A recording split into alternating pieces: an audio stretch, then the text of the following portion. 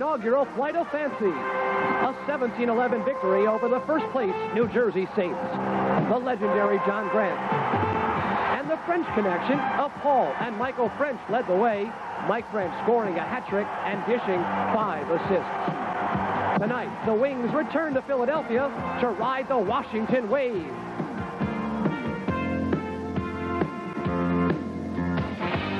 Prism Sports presents Eagle League Professional Box Lacrosse. Brought to you by Gold Medal Sporting Goods, the official retail outlet of the Philadelphia Wings.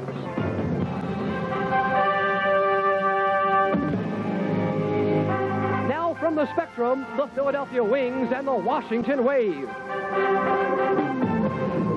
Good evening, everybody. Larry Rosen with the head coach, University of Pennsylvania lacrosse team, Tony Seaman. Tonight, we bring you what amounts to a battle for second place between Philadelphia and Washington. The New Jersey Saints have already clinched at least a tie for first place with their 4th victory. But, Tony, the Wings, the only team to have beaten the Saints. What did we learn about the Wings from that victory? Well, it certainly was a great victory for the Wings.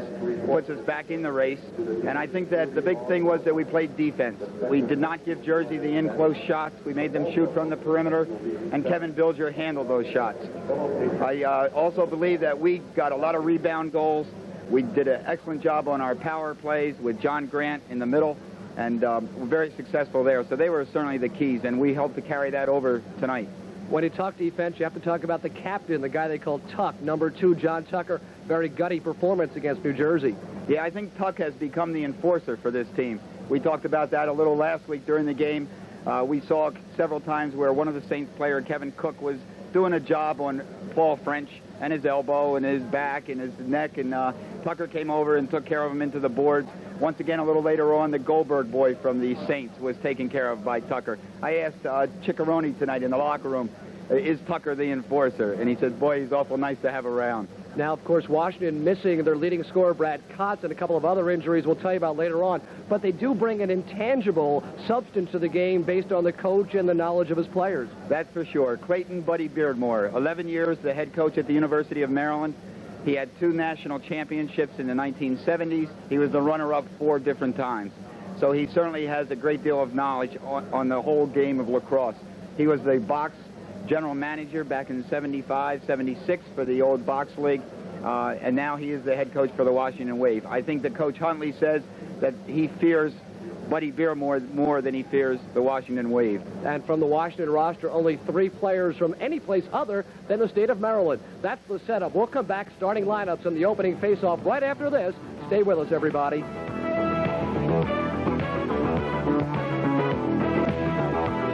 Another good-sized crowd here at the Spectrum tonight for the second game of the Eagle League season here at the Philadelphia Spectrum. Larry Rosen with Tony Seaman as we await the opening moments of tonight's contest. Bit of a surprise in the goal for the Washington Wave. Glenn Little has not played all that many minutes in the first 3 games for Washington, and the goals against average justifiably high. A Maryland Arrows player from back in 1974. Glenn Little, supposedly, from Coach Beardmore, told me, has a badly strained left wrist. Okay, on the other end, Kevin Bilger, who was the key for the victory over the Saints with the 2nd best goals against average in the Eagle League thus far. We're just about ready at center court to get this one underway. And here are the starting lineups. The Philadelphia connection: J.R. Castle, Paul French, Mike French, Pat Henley, Scott Groney for Philadelphia, with, of course, Kevin Bilger in goal. And the high-scoring line of Hoffman, Bartolome, DiCarlo, Lindsay, and McGinney on the floor for Washington. And, of course, when it is not in goal, Glenn Little is, and we are underway. And that, of course, is the Wave in red trimmed with white, moving right to left. The Wings in black trimmed with silver will move to our right. That's DiCarlo. Look for some quick shifting early. Lindsay in front on his shot into the midsection. And, of course, Tony, we expect those quick shifts early to get the legs for everybody. Get everybody moving a little bit. We see a save by Bilger. Nothing feels better for a goalie than a save. And there's one for Little off French. The rebound in front, and almost a 5-holer from Mike French, one of the league's leading scorers. But Little comes up big, wide open at the other end, and stopped off the shoulder. That was John Lehman. the brother of Philadelphia's Pat Lehman. And early action, no score. Changing on the fly to line 2. And a whistle. And it could be that illegal substitution. Definitely. You know, Larry, for the first time, they're going to have 3 referees on the field tonight. And I think one of the main reasons for that will be to watch for the illegal substitution at the bench areas. The Wave missing high-scoring Brad Kotz, a 2-time All-American, All-World player out of Syracuse. One of the few non-Maryland products with 10 goals, has shoulder and rib problems, will not play. The Wings missing Dennis Way and John Krummenacher. And now an explanation on the State's bench, or on the Wave bench, rather, as to why the penalty was waved off. So at even strength, just a warning to both teams about keeping the substitutions legit.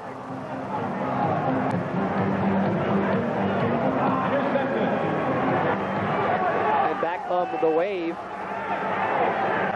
An open right wing pass for John Lehman. Am I missing a short-handed play? They are indeed even strength. You're right. And here comes a 2-on-2 with a trailer. In the corner is Manley. Comes through the crease. Rebound, Chickarone can't come up with it. And some sloppy play through the first 90 seconds. And Little will set the floor for himself. Little listed at 6 foot, 260 pounds on the Maryland Arrows back in the old National Lacrosse League. Now almost 13 years ago, he has survived.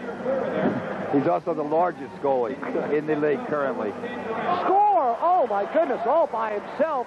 That was Emmett Crinna, who was in the lineup to replace Brad Kotz, walked up the left wing, stopped, took the right-handed shot, and beat Bilger. Crinnup's going to wind up sidearm, throws it off the hip of the defense from Tucker, and it's in past Bilger. Once again, you see the windup come right off his hip. It's on the inside corner. Goal. Printup, a great attackman for the University of Syracuse. And one of the few times you'll see a sidearm shot with that much velocity and excellent placement. So the early lead for Washington.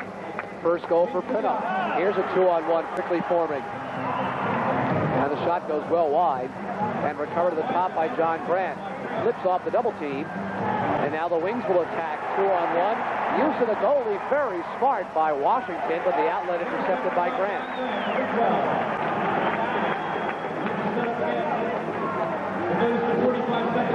Grant will stay left-handed. The back pass is on target. The shot to score. Give it to Paul Danko. Watch it behind the back. Man turns his head, wide open. Nice shot. Once again, you've got to watch your man after he gets rid of the ball. No one picks him up. There he is for the great pass from John Grant and a score. We have a tie ball game.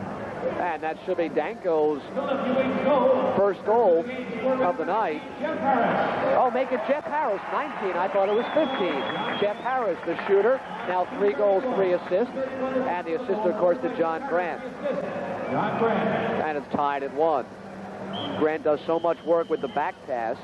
And here's a face-off violation by Philadelphia, and offside, Epbll says. Called against Washington. Can't leave the area until the ball comes out of the face-off circle. Thank you, sir. Here's French, playing the role of point man in even strength. Of course, the teams play man-to-man defensively, by and large, and weave around the top of the box. Look for that type of high percentage shot along the floor by Pat Hanley. Handled easily. And a loose ball is scrum at center. Picked up by DiCarlo. Will go in alone. And he's beaten by the right shoulder of Bilger. Bilger has been excellent tonight. Excellent. 3 great saves. Holding around the neck, switching left hand is Manley off a foot of a teammate. Loose ball picked up by J.R. Castle. He's knocked down in front. And it's French trying to regain control. Now John Tucker, who we mentioned pregame, has added so much. Works the left wing, waits for reinforcement. That's Henry Chickarone. 21's lost his stick. Tucker gets the ball, and now he's got to play defense with no stick. What can you do without a stick? Pushing is legal. Tackle, push, rape, grab. Now they switch. A penalty will be called as the arm is up, and a backhand shot is no good by Manley. But here's our first infraction of the night. In field lacrosse, Larry, you cannot play without the stick. You've got to go to the sidelines and get another stick. You can't touch anybody. In box, you continue to play without the stick. And the man who was left without the stick will wind up in the penalty box. That's not McCready. That's Mark Gold. Mark Gold from the University of Maryland, Baltimore County, lost his stick and winds up with a 2-minute minor. A big key last week was the effectiveness of the wings with their power play. Let's see what goes on tonight. And John, the General Grant at the top. The field general, the floor general. The back pass.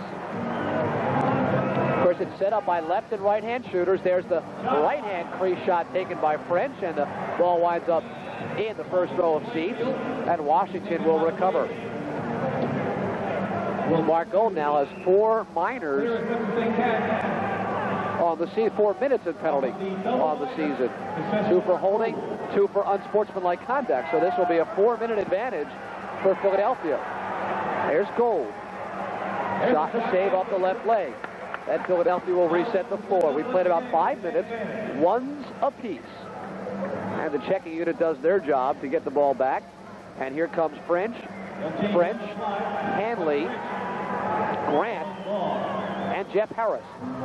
Harris in the left-hand shooter's role.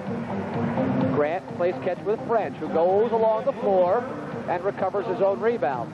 Short-handed, the Wave kind of standing around, not that aggressive, but now with a loose ball, they will attack. And a good check by Don Sadler. Grant recovers, loose ball, picked up by Gold alone, scores. Short-handed, Joe Gold, another player from the University of Baltimore, University of Maryland, Baltimore County, covers for his brother in the penalty box. Picks it up, goes in all along, going to deke him a couple times high, and then shoots off to the offside. And it was all set up by the great hit by Don Sadler, which set the floor for Gold. And that'll be his 4th of the season. Again, short-handed. Joe Gold with brother Mark in the penalty box. It's a 2-1 Wave lead, still short-handed. Joe Gold has spent the last 3 years over in England running a lacrosse program for the country of England and trying to help them improve their game for the national and world contests. Indoor or outdoor? Outdoor. By the way, the Wings 16 of 23 on the power play, and that was their most vital weapon against New Jersey a couple of weeks ago. Here comes that same unit, and we'll set it for you. Hanley, Harris, Grant, and the French connection of Paul and Michael. The shot is well wide by Jeff Harris, and a low percentage shot indeed, and not much motion. What's wrong with the power play? Getting the shot from the outside. They're doing exactly what they made the Saints do last week. They're now doing. They're taking the perimeter shot instead of forcing the ball inside. There's the inside. That was Hanley, who was beaten by the left leg of Little. Loose ball. Picked up by New Jersey, and a double team block on Jim Holstaff. The ball recovered loosely by Emmett Frinno, who had the night's first goal. Frinno goes 1-on-4, and a solid check by John Tucker. And he's as tough as they come. Tucker, the All-American out of John Hopkins on the 86 All-World team, does what it takes. And maybe Dave Huntley might try to mix up his power play attack unit as this one has managed little. Another shot way wide by Jeff Harris, 15 rows back. The Wave, the league's best penalty-killing squad, is killing 63%. And now 8:10 remains. Sadler double team, throws it loose to Hoffman. Beautiful blind pass, but just a little bit too far ahead for Neil Bartholomew. And here comes Philadelphia with some open floor. Ciccarone right at the chest of Little, and a low percentage shot from the top of the box. Wave playing very poised thus far. John Lehman loses. Finally, a 2-on-1. It's French with Lehman. Shot is well wide as French, Paul French, hit it up himself despite Pat Lehman open on the right wing. Double team block, pops the ball free, and of course, it's John Tucker. With room, has a trailer, won't use him. Into the screen of Little. And Little's looked good. I guess at that size, not a whole lot of motion necessary. Here comes Gold. Down the right wing, spins to the top and throws it wide. Bilger scores. Unbelievable, loose in front. And Bilger put it right back out to them. Call it Pat O'Connor on the goal. And that also comes shorthanded for Pat O'Connor. His first of the season. O'Connor from the University of Delaware. Right between the legs of Bilger. The ball had gone loose behind on the boards. He had knocked it out, trying to hope to knock it to one of his players, but instead O'Connor picks the ball up and puts it away between Bilger's legs. I'll tell you right now, we're seeing just the opposite of what we saw in the last game against the New Jersey Saints. We're watching the Philadelphia Wings do just the opposite. And a timeout taken by the Philadelphia Wings, trailing 3-1, but still on the power play. So the Wings will try to get it back together and cut the deficit while the manpower advantage continues. A timeout with 7:10 remaining in the first quarter. Back with more right after this. Back at the Spectrum, 8 seconds remain. The manpower advantage for Philadelphia. They've been burned for 2 shorthanded goals. Here we go. And just the last remaining seconds, an opportunity to get it in position. Philadelphia does not take advantage of those final moments, and the teams are back at full strength. That's Mark DeSicco from Loyola who came up with a loose ball. And it's kind of a walk-it-up pace right now. 3 men across the top for the Wave. And the Wings on the perimeter throughout the first period. There's an inside backhand shot by Manley. Handled by Little. Fight for the loose rebound. Picked up by Henry Chicharone, who has 3 goals in 3 games. Had 2 men in front. 2 people wide open. Somebody got confused on defensive assignments. So the Wave and left 2 Wings in front. Looked like the Wings were covering one another as Tucker gets a big piece of his man. Epbll, the referee, gets involved, and that leads to a 2-on-2. But good back-checking by Philadelphia's Pat Hanley. And a loose ball. Picked up by Mark Gold, now out of the penalty box. To the top is Huffman, way wide. Well, that's Kevin Forrester, number 32. And the Wings have not been able to keep the Wave away from the front of Kevin Bilger, although no high percentage shot. Again, a very loose pass at center, picked up by John Lehman. Lehman among the league leaders in assists and goals. And a deep rebound off the boards, and really a very slow pace to the early going, Tony. Yeah, I don't think that the Wave has quite the speed, and they feel that they want to slow it down, keep the tempo in their kind of game. So here is Frank Orso to John Lehman. Rebound in front is scored by Mark Gold. And a lot of standing around in the Philadelphia crease area. And they suddenly face a 3-goal deficit to Philadelphia. As Mark Gold, good job on the rebound. See the ball come off the board, and then Gold picks it up and puts it in. A rebound play. That can actually be a set play. You watch Urso, he shoots wide here, and Gold comes underneath, picks the ball up, and puts it away. So that's an interesting concept on the inside game. You can use these boards to work for you. Mark Gold, 5'7", 160-pounder from University of Maryland, Baltimore County. His 5th and a 3-goal lead. Back comes Philadelphia. Grant screens to allow Harris to come down the wing. We've got a penalty. There's the delayed penalty call. It looked like that might have been a high stick. I think, yeah, a high fist up in the head. And that'll be on number 19, Jim DiCarlo out of Townsend State, who's also one of the higher goal scorers for the Wave team with 6. Well, I certainly hope that we can get the power play together now. We've got John Grant in the middle spot again. Harris on his right and French on his left. The general to Harris, who has been wide on that far post on 3 of his attempts. I guess he's trying to pick a corner on Little. Well, he's sure not doing a very good job. He's picking the boards off. That's what he's doing. Here is Grant. Again, the Wave in a 4-man box. Sticks held high. Grant famous for that back pass. There's Harris again wide, far side. Looked like an instant replay. And if he steps in 2 more steps, he'll have Manley wide open in tight. There's Manley, and a lovely left foot save. Great pass, great save. By Little, and he's been the difference. A lot of open floor for Mark Huffman. And Bilger comes up big to keep it a 4-1 game. Save on Bartholomew. Washington almost did it again. They seem to be sneaking behind the wings. And no line change. Again, that walk it up pace. No forechecking done by either squad, really. The Wave sitting back in their box shorthanded. Grant. His first shot, and it's a weak one. And there's a wide open breaker. Bartholomew has to run it down in the left wing corner. Not much in the way of a trailer, but he'll rag and kill some time. Finally, Grant forces him to give it up. That's Bill Weicker from Virginia. Little certainly has been the difference so far, Larry. And you know, Coach Beardmore hadn't made a decision on his starting goalie until the final 2 minutes before the game started, worried about Little's sprained right wrist. But man, what a job he's done so far. And another shorthanded goal, this one by Bill Weicker, who just walked in front from Mike French. And the Wings have their heads down low right now.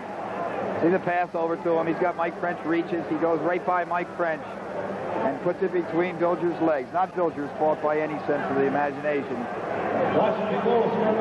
French just committed to the ball. And a great sidearm shot. One of the problems on your power play is that you got your 5 best offensive players on the court, and then you got to go down the other end and play defense. They don't necessarily happen to be your 5 best defensive players, as exhibited there. And French and Grant certainly are what we call defensive keys for the Philadelphia Wings. In a 6-game season, tough to think of a team coming out flat in one of their 3 home performances, but that's been the case thus far. Mark DeSico, who did not play against New Jersey, forces the big save. And Little, on his knees, taps it away. Acrobatic save. He does almost a goalie flip. Mark Huffman, good speed for the big guy. They call him Cheeseburger out of Salisbury State. And his dad, Paul Huffman, was the coach and player for the Baltimore Bullets. Back when they were the Baltimore Bullets of the NBA, of course now the Washington Bullets. And a well-spread floor, back on even strength. And a good job, New Jersey. 3 shorthanded goals for Washington. And we've reached the final 2.5 minutes of the first period.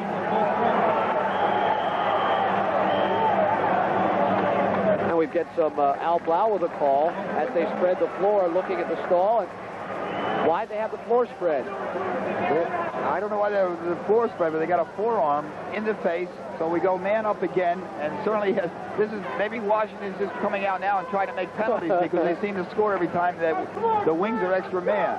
That's Emmett Printup who goes in the box. He had scored the first goal tonight.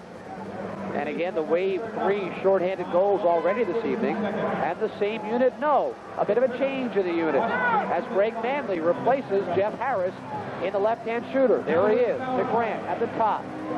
He'll take it sidearm. Loose rebound. Grant can't pick it up. And here's a breaking Joe Gold. Grant's going to try to run him down. No chance there. Gold scores. Takes the first move and beats Bilger high. And that is 4 shorthanded goals. We talk about speed. There certainly is an example of speed. Here we see he just runs away from John Grant, comes in, keeps the shot high, goes over top of the left or the right shoulder of Bilger. Now, should Bilger come out and challenge? Is he caught a little bit flat here? No, I think he's got to hold the line. You just got to try to use your body and make the save at all possible, but no way to come out. That's great placement from Mark Gold. Great overhand shot, comes down, finds any one of the 4 corners to shoot at, sees what's open, and puts it home. 4th of the season, 2nd of the night, 4th shorthanded. 6-1, the Wave in this battle for really what amounts to 2nd place, as the New Jersey Saints have clinched at least a tie for 1st place, and they will host one of the first-round playoff games, either March 7th or March the 8th. One-on-one, eyeball to eyeball, broken up. Washington seems to score at will. And it's all the way back. And the derisive cheers come for Kevin Bilger, but really he's been left to dry. Yeah, it sure has. It certainly hasn't been his fault. There's a pick high. That's the first time we've seen some decent ball movement. A good reversal to Lehman, who tries to go high, and Little beats him. Little is very big tonight. Alone in front. Oh, and a wide open Manley could not handle the pass. The back pass to Ciccarone goes right side in front. Shot is just wide, and Lehman had a lot of net to shoot at. Might have gone for the far corner. Double team block, and they might win it on the floor, but not on the scoreboard. With 45 seconds remaining, Tucker throws a stick, and that'll be an unnecessary penalty as Little heads for his bench. And the whistle finally blows. I think we're starting to get some frustration out here on the part of the Wings. Seeing them start to lose a little bit of their composure. Might be an unnecessary roughness on John Tucker, who has now 6 penalty minutes on the season to lead the squad. There's the wrap check, but he hits him in the face with the wrap check. One hand, a wrap check, tries to get the back end or the butt of the stick to come around, snap, and hit the other man's stick. He got him in the face. That's right for the referee, as it looks as if now the Washington Wave have called a timeout. And we'll stay with it and try to figure out what's gone wrong. The Wings a step slow, a little bit short so far tonight. Well, a couple things that you have said have been very, very pertinent. Well, number one is that there's no movement on the Wings. We're getting some ball movement, but we don't have much player movement, especially in the power play. And I think that the shooter side of the middle man, the point man, has got to start to put some pressure with the ball down low so he gets the man to play him and then dump off for the easier shot inside. Now, they did that at the last time, but Little was just making great saves. Now, with all the power play time that the Grant unit, if you will, has spent on the floor, kind of difficult to keep the lines in order and to keep the playing time even. Although the Ciccarone line, the third line, has had much the better of the play, at least in the final 5 minutes. Yes, that's very true. So it screws up a lot of things, and I guess the thing that has definitely hurt the Wings the most so far is that when you have your best 5 offensive players, as we said, in the case of the Wings, they're certainly not the best 5 defensive players. You know that guy on the screen? Yeah, there's Clayton Buddy Beardmore, and what a job he has done over the years in this game of lacrosse.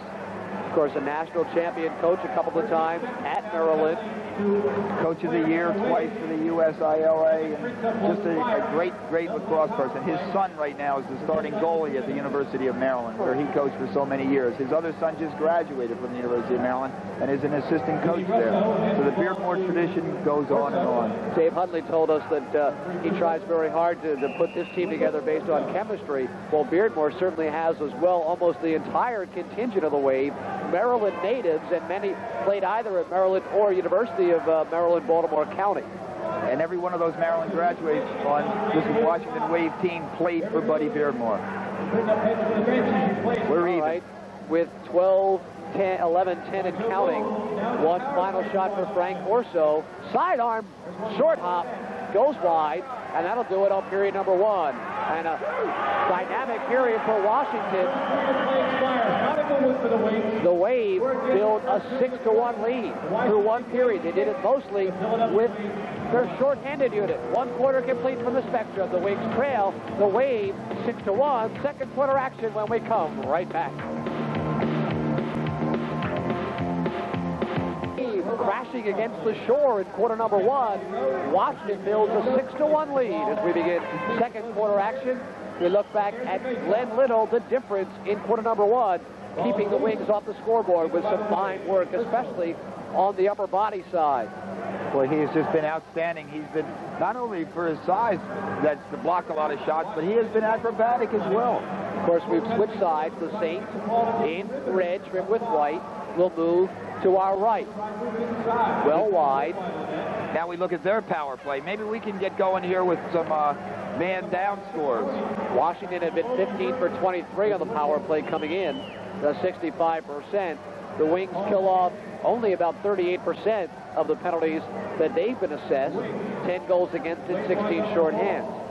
And a violation by Philadelphia. We just had an interference called against the Wings, so the Wave get the ball back. Here they go again. They set up in the same basic formation. Now they switch out of it. They have some movement. And a pick by Orso. Well done, but the shot is handled. What a lovely set play set about by Gold and Orso.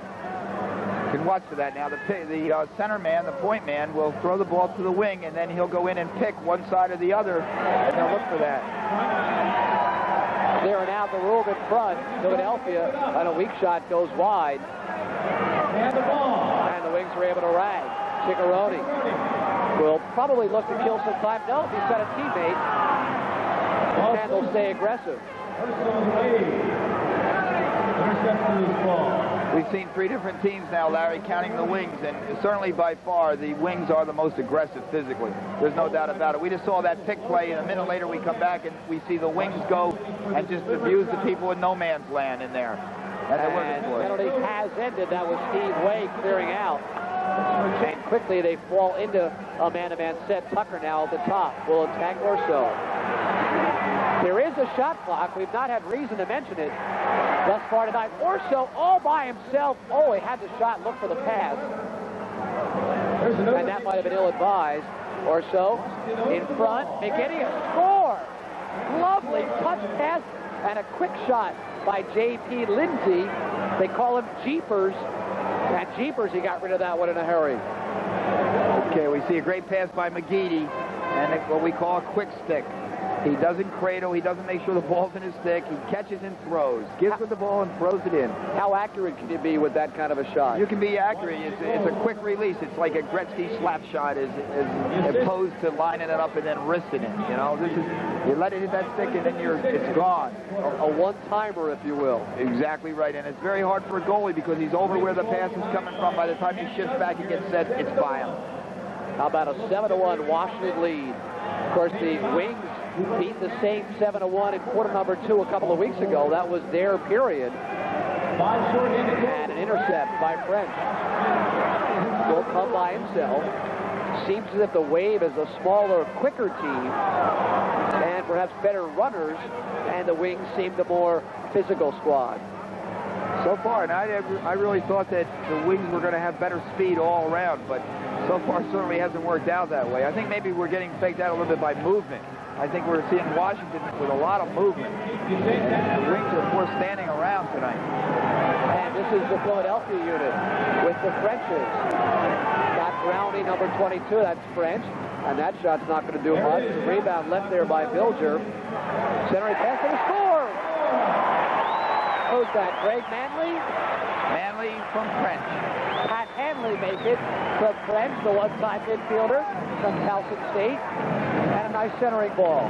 French with a great pass. Over top the far post. Nice bounce shot.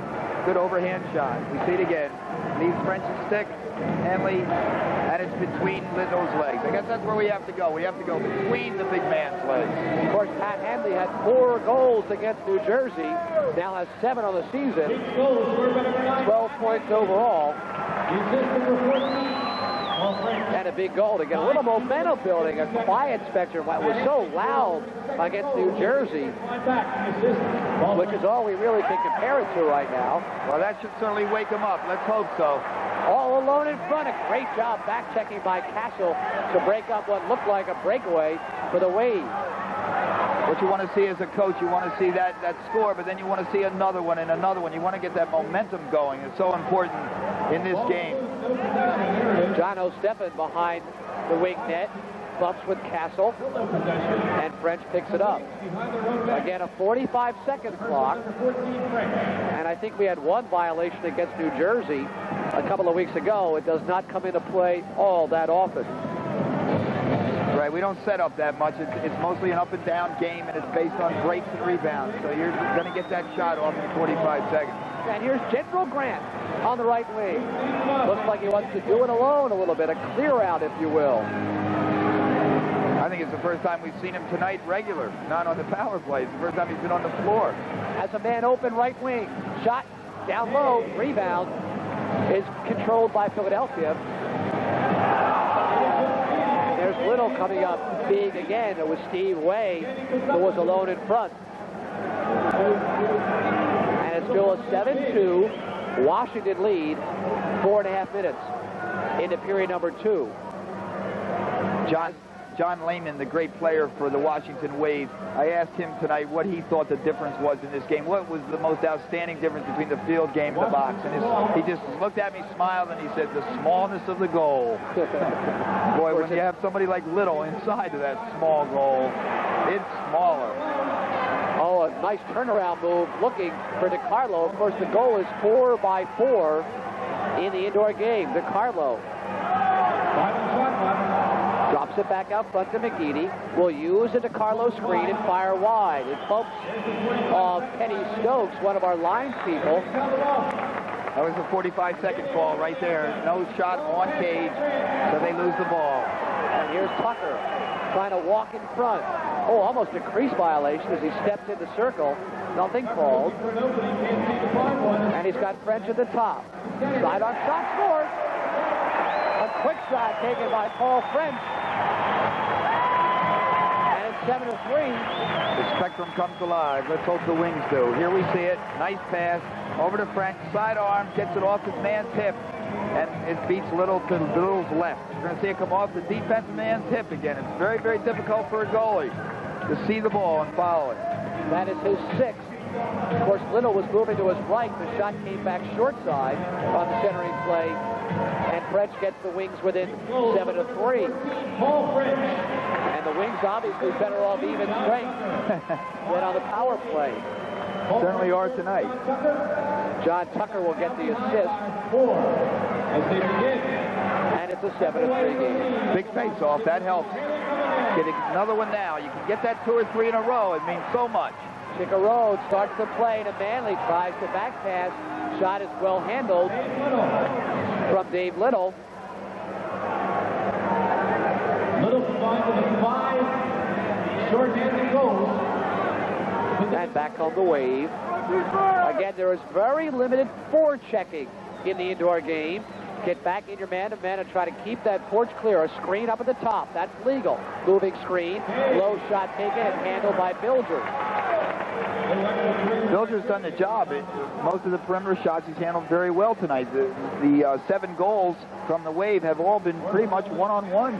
Well, a long pass for French off the pipe, gets the zone rebound, and hammers it wide. As French snuck in behind the Wave defense, that little Mark Gold brings it out. And they change on the go. Right wing pass. Is reset by Sadler at the top. You know, so much goes on at the substitution boxes that it's hard to follow all the time, but you can get some definite advantages. You got 2 ends of the box.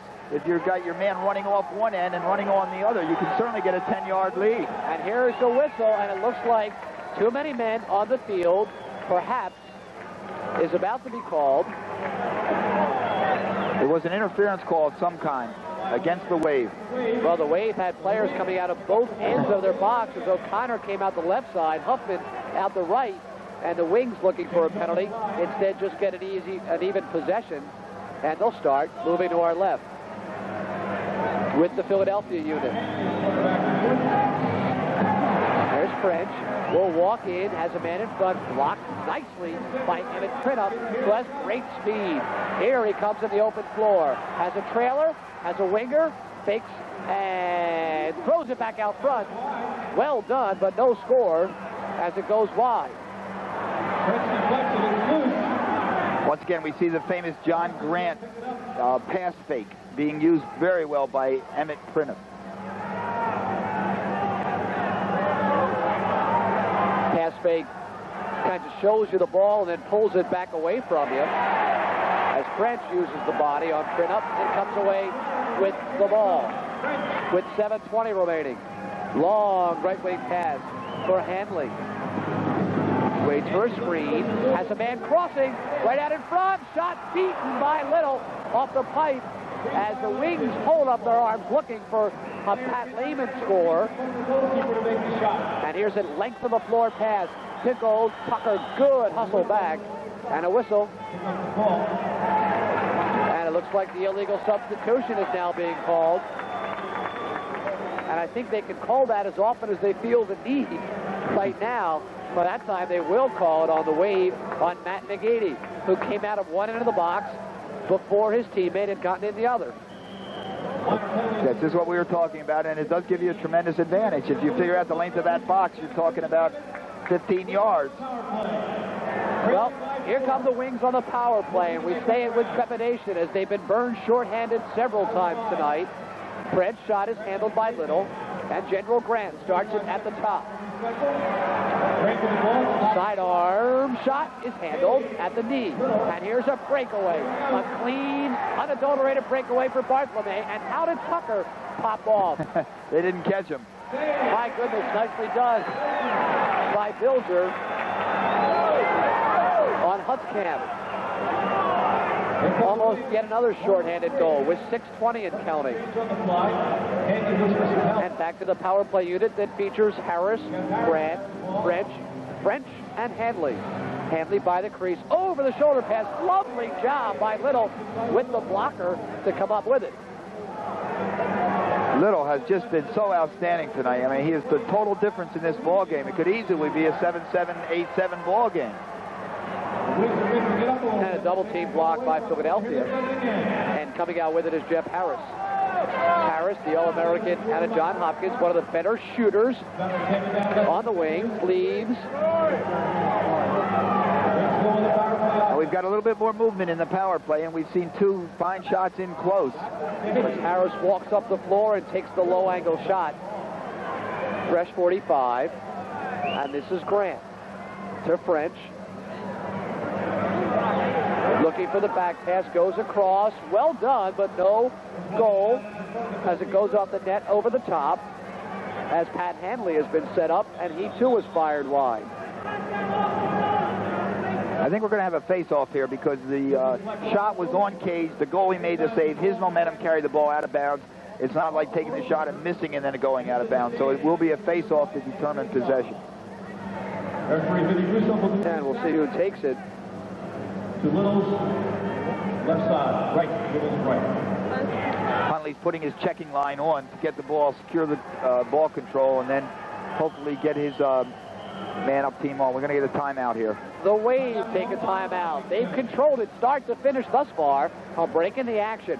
It's 5 minutes, 18 seconds remaining in quarter number 2 from the Spectrum. The Wave lead the Wings 7-3. More lacrosse action coming up in just a moment.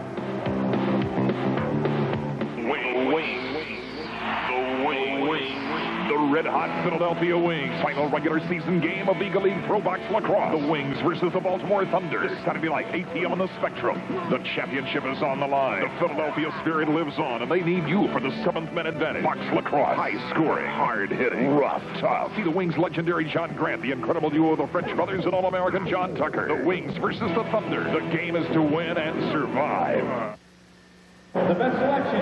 Back at the Spectrum, Larry Rosen with Tony Seaman and Kevin Bilger keeping the Wings in it with some good play midway through the second period. You get those many one-on-one opportunities, and they score on them. Here he makes a great save. It gets his blood flowing again and gets him some confidence that he can make some of those saves. God knows the way it's going. He needs a lot of those. Here we go with a face-off now.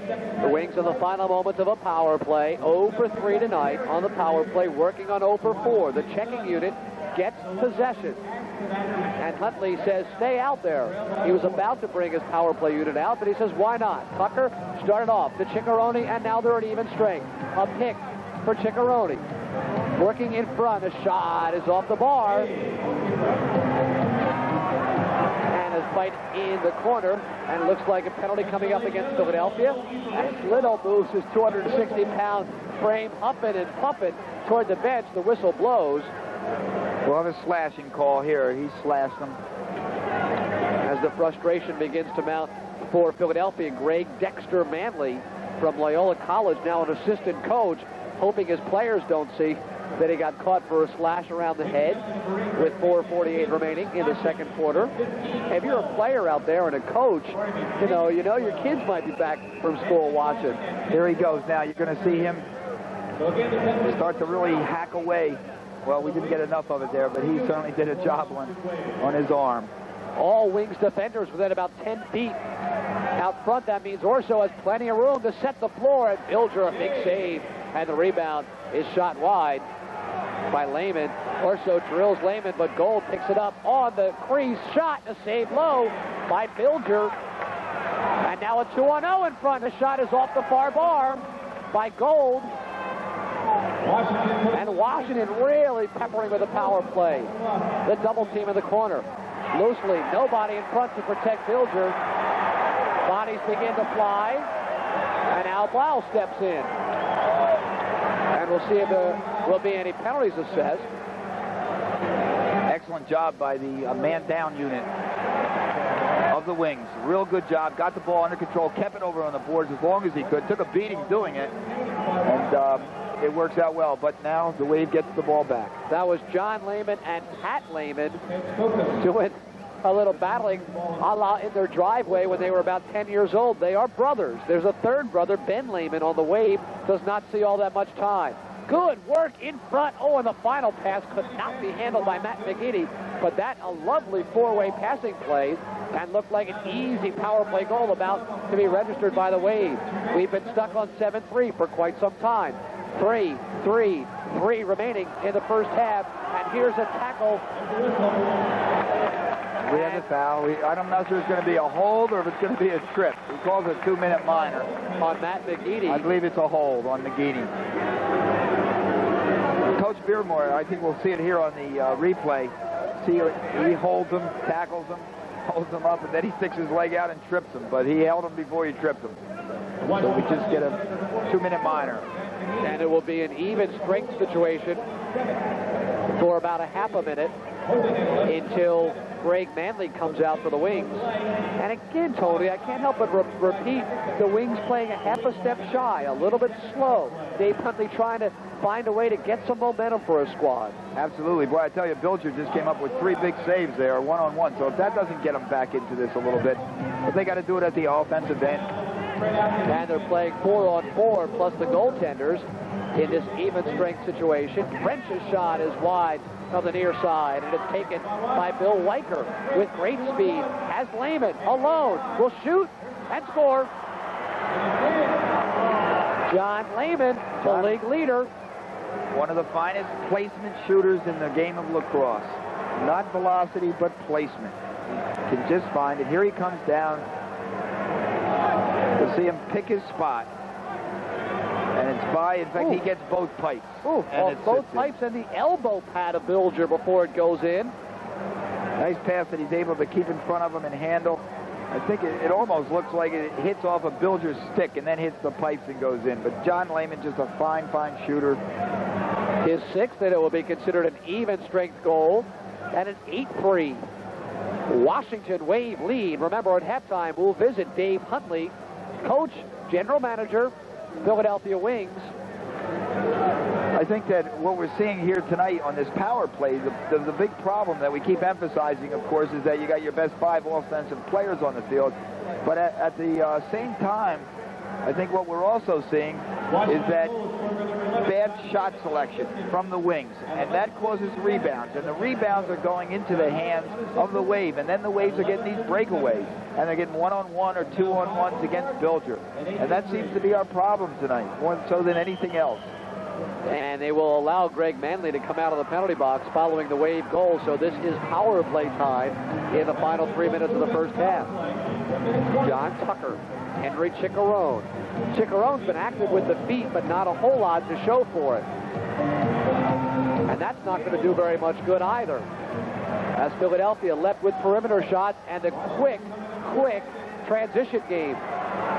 It's Holtzkamp, switches to left-handed and scores! A short hopper over the shoulder of a committing Kevin Bilger. And suddenly a 9-3 Wave lead. We're going to see it on the replay. You're going to see an excellent left-handed shot here. Sweeps across, eludes 2 men. Tucker almost acts as a screen. Just a great bounce shot that Bilger doesn't get out and make the save on. You'll see it from the front now.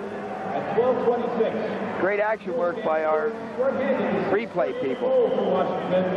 Super camera work. You see the high bounce shot go in over his stick. He tries to smother it low and can't make the save. Well, that counts as the 5th shorthanded goal of the evening for the Wave. And they lead it by 6 in the closing 2 minutes, 15 seconds. of the first half. And let us say tonight that the floor has been in incredibly good shape. Last time we were in the Spectrum, some mat problems, but they sealed it excellently tonight, let it sit overnight with some heavy weights on the seams, and we have had no problems whatsoever with the floor, only with the opposition, the Washington Wave. And a whistle. There's a violation. The ball had gone over the center line while short-handed, and then it went back on the other side. So you are not allowed to go over and back short-handed. When you are short-handed, you still must attack. The clock still runs, so the violation for ragging back in their own zone. And it's the general, John Grant, who's been silent tonight.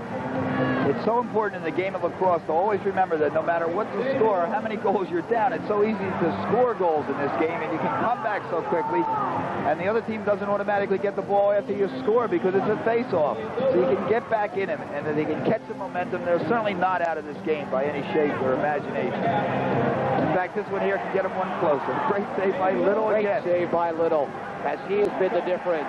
Saw Pat Henley with 1:15 remaining. Recovered Philadelphia. Tucker breaking down the top. He scores.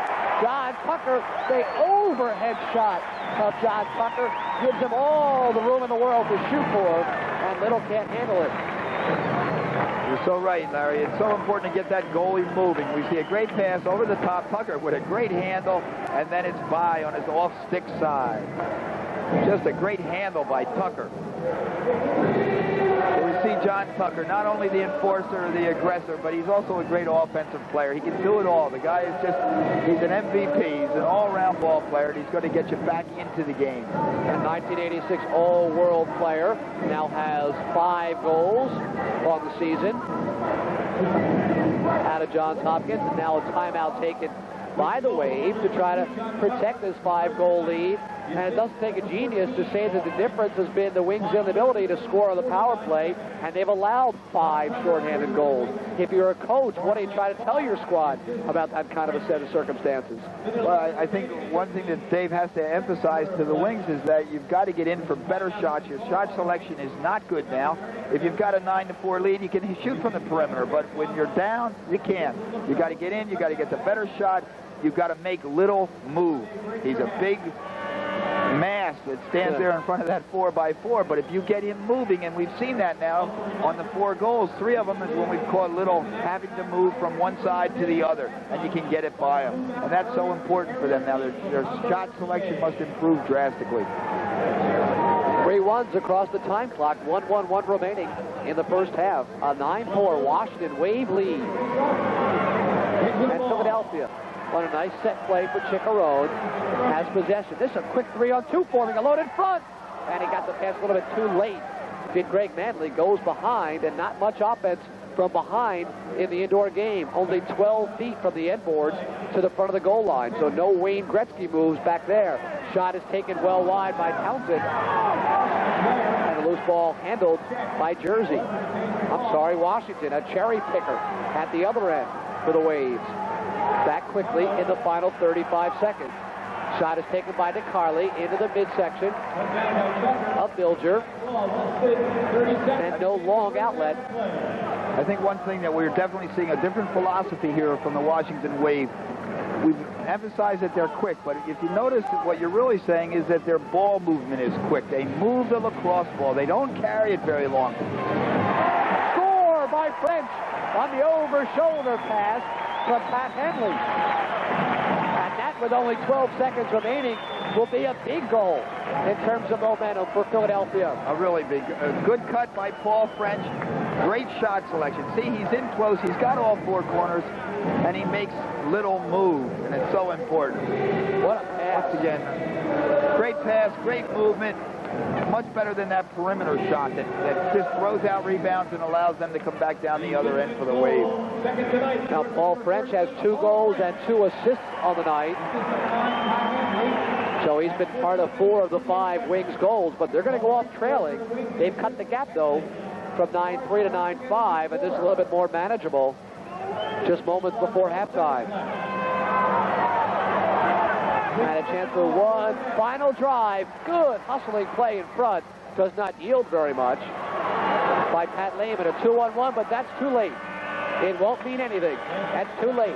So the Washington Wave post 5 short-handed goals, hold the powerful Philadelphia Wings power play unit in check, and they've led from start to finish. It's 9-3 at halftime here at the Spectrum.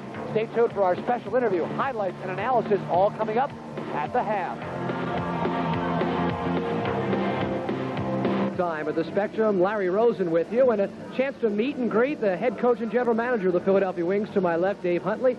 Dave, welcome to Philadelphia officially. What do you think of the city so far for box lacrosse? It's just been everything we thought it would be. In fact, even a little bit more. The response from the public, the fans, the media, everything's been just super, and we're happy to be here. And glad we won our first game last week, and hopefully we're doing the same this week. Your background, of course, goes deep into the tradition of the indoor game as an American lacrosse player and a Canadian citizen. Run through your extensive background a little bit for us. Well, I grew up in Canada and played box lacrosse up there with people that here could relate to. A lot of the old Wings, Carm Collins, John Grant, Jim Watson, Larry Lloyd. I mean, the list goes on forever, those guys. And then I went to Johns Hopkins University for college education and had a chance to play there.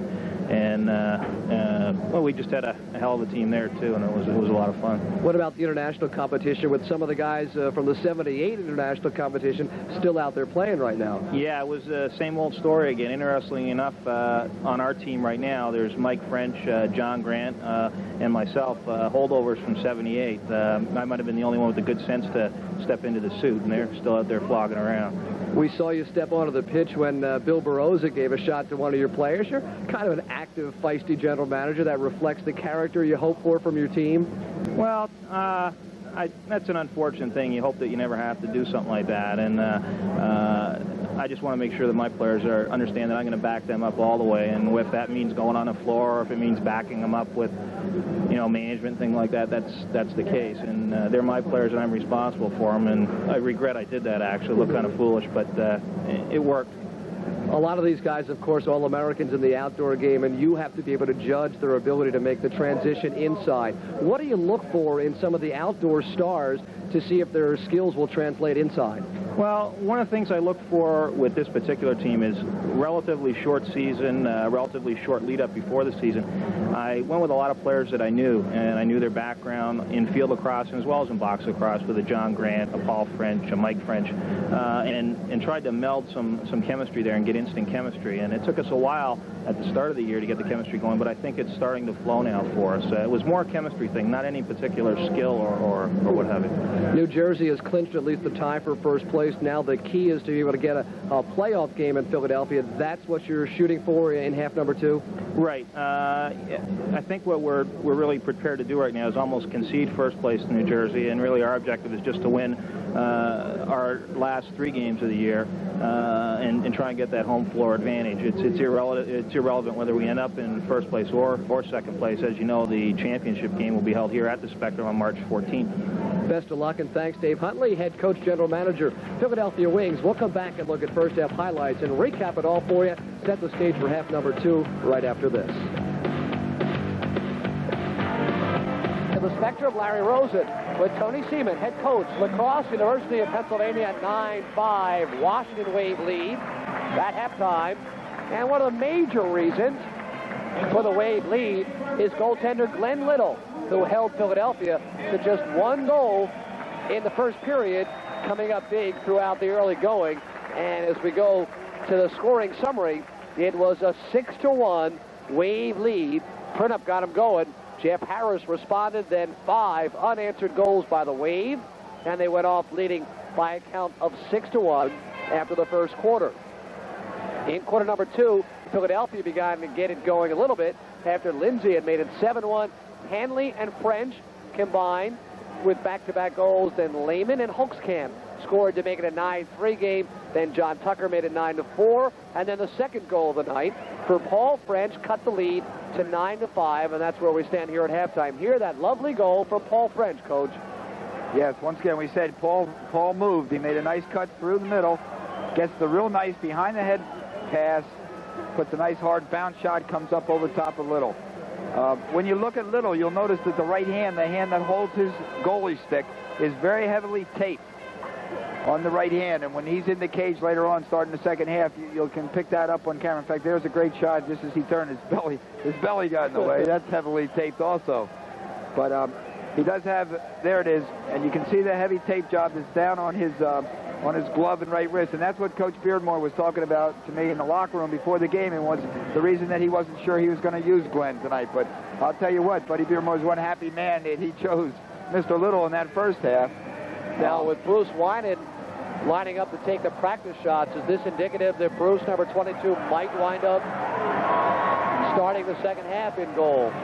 He might very well, but that would really surprise me. I think that Little has kept him in this game. That would really shock me if they went to another goalie at this stage. And there's Kevin Bilger. You really can't fault the big guy. Bilger at 6'3" from University of Maryland, a 13.99 goals against average, stopped 35 shots against New Jersey, and has played very well tonight. Maybe a couple of cheapies that he kicked in off his own foot. Yeah, not many, and he just gave the one rebound back when he went behind the cage, picked the ball up, and just tried to throw it away on a man-up situation, which was a shame. But I agree 100% with you. You can't fault Bilger at all. We've got to fault the power team for the Wings and not being smart on their shot selection. That's got to be the big problem right now, and they've got to correct that. I think they have worked at it. There are the standings. New Jersey at 4-1. They've clinched at least a tie for first place already. And they'll have a home game, and the other three teams are 1-2. Philadelphia will be hosting Baltimore on the 21st of February. Then the Wings go to Washington on the 25th, and the season ends with Washington facing Baltimore February the 6th. And the playoffs begin either the 7th or the 8th of March, and we'll have to wait and see how they wind up before we set the scene for the playoffs as the Wave come together to our right, and it will indeed be Little, who at 6 feet 260 or so takes up most of that 4x4 just with his girth. Got to pick a corner with that guy around, and now the Wings to our left beat around Kevin Bilger 9-5. Certainly not an insurmountable deficit by any stretch of the imagination, Tony. No, especially when you know, in this game, you can just come back so quickly, and the face-off definitely allows you to get the ball back right away, and there you are with offensive control again. So momentum's a big thing, and spurts are a big thing in this game, and certainly Buddy Beardmore has made it very, very clear to the Wave that by no way have they won the game yet, and I think Huntley has told his guys, look, this is it. We got to get back in this thing, and it's going to be right here now in the start of this third period where we can get back in this game, so let's do it. Beardmore and GM Joe Daly were telling us that their games have all been televised, and therefore they've been an easier team to scout around the league. This, the second telecast of the Wings at home. Everybody had our Jersey-Philadelphia game to scout off over the last couple of weeks, and now we're adding to the video library of the Eagle League tonight at the Spectrum. You know, it's funny, when you make a couple saves like Little has done tonight and then add to it, you start believing there's nothing in the world that can go in. And God, that just makes you more and more effective. Goalies are crazy people anyway, and the mental part is so important to them. Tucker tries to keep it alive at center, but Lindsay comes up with it. And here comes Washington. McGeady out of Maryland gets a screen from Mark Huffman. And resets a wide open center area as Bartholomew comes through, and the set play yields Little. Loose ball shot picked up and saved by Bilger alone in front. Walking in is McGeady, and he's beaten off the right arm of Bilger. And a solid check. A couple of them thrown along the boards. But the ball is recovered by Jersey over the shoulder nicely to McGeady, and Bilger comes out with it. I caught Bilger right in the face mask, but he stayed with it, covered the rebound. There's a great up-the-field pass.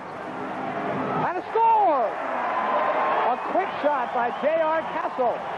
The first goal of the season for the one-time All-East Coast Conference performer from Drexel University out of Penn Charter. And a quick shot, Tony, does the damage. It sure does. It goes right between. Little can't believe it. Watch him more than anything else after the goal. He looks up in the heavens and said, how the hell did that ever go in? Great pass to start it, though. No two-line pass problems in this sport. No, there sure aren't, and it's a secret. You can see there, what a great shot. And it went right between his stick and his right leg. And he's just like, I can't believe it. And that can be effective now. Let's see if that gets the Wings back in here and gets Mr. Little saying him start to ask himself some questions. So J.R. Castle, James Castle, gets the first goal of the third period. And Bilger will set the table himself. Loose ball, this is dangerous, 2-on-0, walking right out in front, and Bilger beats him. Shot it right in Bilger's numbers to John Lehman, and he had some room to operate. And here comes Paul French. 3-on-3, and he'll wait and set the floor. So mentally, Little's got one shot on him. It goes in for a goal. Bilger's got 3 shots on him, and he makes the save. So that can swing things. Paul French trying to work off a Mike French screen with nothing doing. Shot clock is at 15 as French comes across to Hanley, the lefty. Looking to go over the shoulder, rather to the top. Shot and a save of Mike French. And you don't beat Little high. He's proven that already. John Lehman recovers his own down. Shot and almost beats Bilger over the elbow, but he comes out with it. And look at the balance by Jersey as they quickly have 3 men back. Very few fast break opportunities against the Wave. That one is well wide. Off the stick of Dave Tasker. And the low shot by French, handled by the Waves. Little. You know, Larry, as you watch Little, and I've really been keying on him now in this quarter, he goes to his knees before the ball ever is released from any of the shooters. He goes to his knees. He's a tall person, so he still gets up, but big bounces are going to hurt him a lot. And if you can get him down, or even put your stick down low and then shooting high is going to hurt him. Sadler provides the screen. Good man-to-man action. Again, nobody in the box area. All of it around the perimeter. And Philadelphia comes away cleanly. Good speed shown by Dave Tasker, one of the veterans. Sidearm shot, rebound, score! Great rebound goal by Henry Chicharone. Real good defense at the other end to get the ball free by Henry Chicharone as well. Here we see the shot goes wide. Chicharone with a great left-handed catch and puts it right back in off the boards. You have so much room to shoot at. I guess you just want to make sure you don't go for a corner. You have the whole net and puts it by him.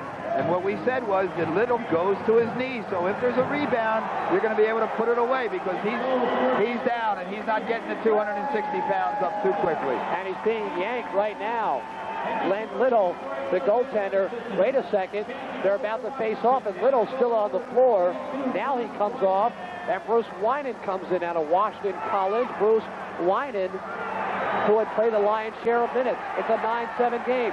Washington quickly comes back, and John Grant, a lovely intercept. 4 unanswered Wings goals against the Washington Wave. And early in period number 3, this one's a contest once again. Remember, it was 6-1 Wave after 1 period. Here's the clear out for Grant. He'll spin. Lose possession, doesn't know it. And a nice move by Gold. And up at the other end, it's Jim DeCarli. The bounce pass back to Huffman, whose shot is handled by Bilger. And a solid body check. Bilger comes out with it. Oh, in the open floor, nice hit by Matt McGeady, and the loose scrub leaves Bilger in possession. And immediately there's Tucker. There's Tucker cleaning somebody else out of the pile. Bruce Winan, a younger goaltender. What do we know about Bruce?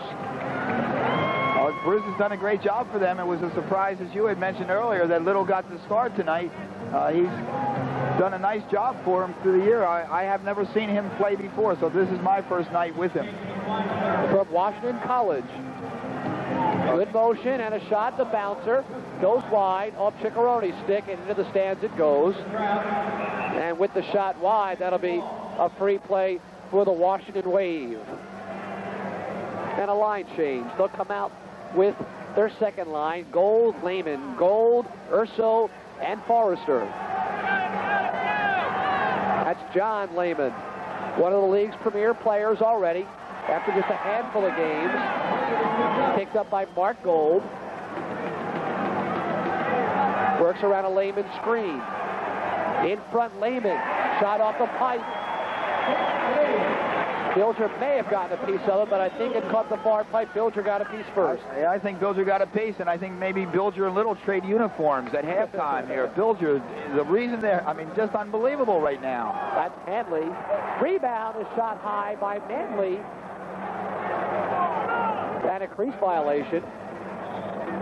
Washington ball with Lehman, bringing it slowly through center. And we remind our viewers that crease that circles the goal. The offensive player cannot step in it with the ball or without the ball. You've got to stay out of there. Nice little exchange with a block off by Tucker. Here they come 3-on-1. Great back-checking speed shown by Gold. It's French, stops, goes low, and a nice job by Winan to pull it down. And the quick transition pass off the back of Mike French. Orso can drop it back only to Mike Gold and take some punishment. With 8:45 remaining in the third period, 9-7.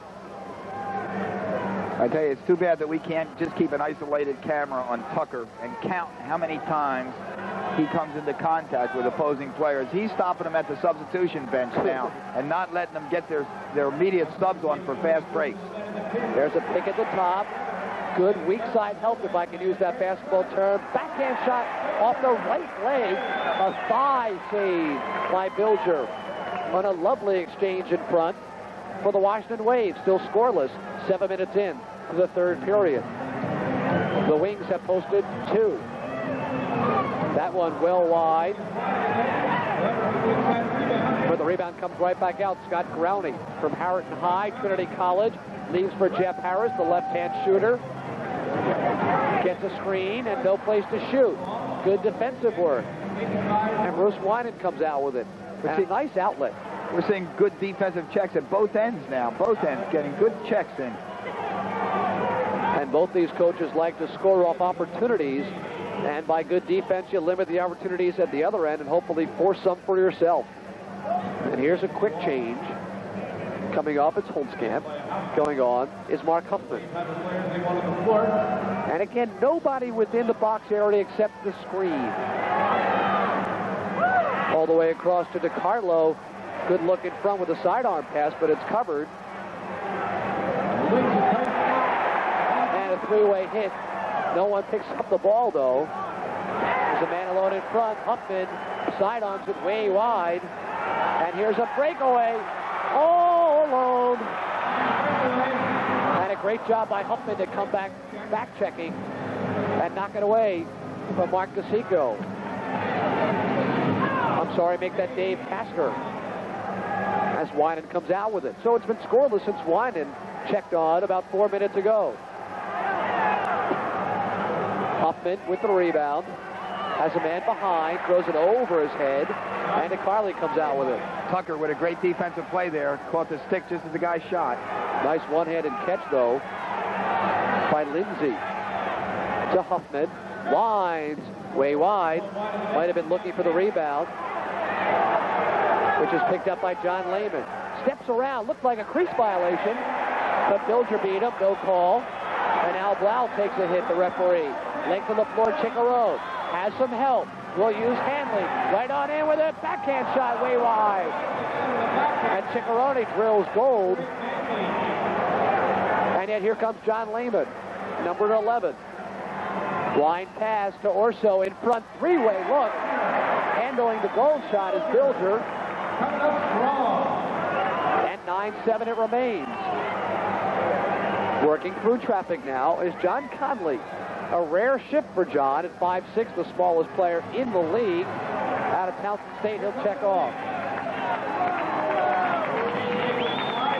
Good up and down play, real good up and down play. We're seeing outstanding goalie work by Kevin Bilger. Loose ball picked up by Hanley, tries to get rid of it. Gets his own rebound. And now 4 players bang. The extra man belongs to the Wings. Grant drills his man, and now a bit of a scrum on the far side as those players that checked heavily on the far boards wind up doing some hand-to-hand combat. Both players apart. And we'll wait and see what kind of penalties may be called.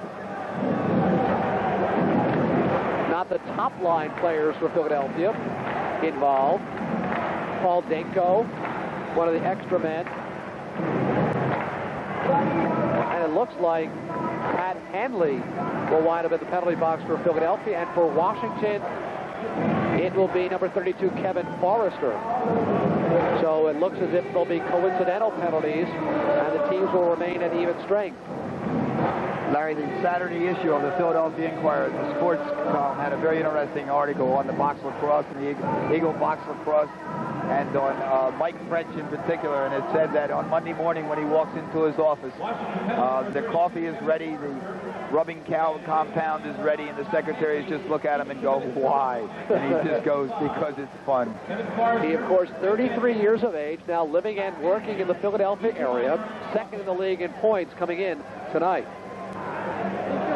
So we resume play with a face-off. So there'll be a face-off down to our right. Again, the teams are playing one man shy, coincidental minors. And, of course, Washington has 6 of their 9 goals with only 4 men on the floor, most of them coming shorthanded, one during coincidental minors. French wondering why right now. There's a man alone at the top. It's Tucker, will wind and fire it high. Rebound is loose. And a double team block in the corner. Tucker clearing out again, but when he vacates his position, it leaves a 3-on-1. Here's Stefano. For Emin Printup. And that went nowhere, and French has Tucker at the other end. 2-on-1. What a move. Tucker scores. Oh, what a move. A dipsy-do for John Tucker. And it's a 1-goal game. Pick up your athletic supporter on that one. My God, he left him. Oh. Tucker does the Pee-wee shuffle to celebrate. Bake and shake. How is that? And then puts in a great shot. Oh. They don't come better. Look at this camera work, too. What a great replay. The head fake, steps to the right-hand side, over top the left-hand elbow. What a great play by John Tucker. John Tucker now 6 on the season, second of the game, and that about as athletic and lovely an individual effort as we've seen thus far. What do you think? You think Tucker's into this game? Here comes the 7th man on the team right here, the crowd. The Spectrum comes alive. Another nice crowd of the Spectrum, maybe about 12,000, 13,000 for game 2. And it's been 5 unanswered goals by the Philadelphia Wings. The Washington Wave has gone over 10 minutes of the 3rd stanza without notching one by Kevin Bilger. Remember, there's still 4 aside with the coincidental minors. Huffman. There's a lovely drill. It's called a buddy pass. In front, the shot by Mark DeSico. And he'll mix it up. The extra players doing their job. Ciccarone. Taken by Washington. Mark Hopkins. And out to Neil Bartholomew. Bartholomew we saw during the U.S. Challenge Cup Series back in '85 here at the Spectrum. One-time MVP at Loyola. A lot of Loyola products on the court tonight. Back at the top to Mac McGeady. 2-time Maryland All-American. Tries to work over Ciccarone. Shot clock is now at 20 to Jim DiCarlo. Takes it, screens inside for DiCarlo, who scores. That's a real nice change of direction. Another nice athletic move. So at one end we get Tucker, at the other we get DiCarlo. You're going to see on the replay, takes him hard to his left, stops, comes back to his right hand. There's a pick in there that helps get him free. And he takes the bounce shot between Bilger's legs. I'll tell you, Bilger has been perfect up to that point, though, in the 3rd period. Nothing he could do here as the defense did not come over and respond. That's the 7th of the year for Jim DiCarlo. And, of course, the first by New Jersey in the third period, by Washington, rather, at the 12:28 mark. They had gone 15 minutes and 2 seconds between goals. The Washington Wave leads the Philadelphia Wings 10-8. And here comes a quick break. It's Paul French. Has a man in front and a score. Just that fast by John Conley. Little John Conley. Great job by French because he drew the defense, both defensive players toward him, and then he hit Conley, and Conley just put it away. You'll see it so clearly. Here comes the defense toward him. 2 men coming. They leave Conley wide open. He goes to the far side. He'll just stick over top the left shoulder of the goalie. And again, Wyman did nothing or little to cut down the angle as he had to play French for the shot. And then Conley had a lot of room far side. Conley is second of the year. French now with 3 assists on the night. And a timeout taken by the Washington Wave. So the Wave and the Wings in a 1-goal contest. 3 minutes, 23 seconds remain in quarter number 3 from the Spectrum. The Washington Wave 10, the Philadelphia Wings 9. Back with more right after this.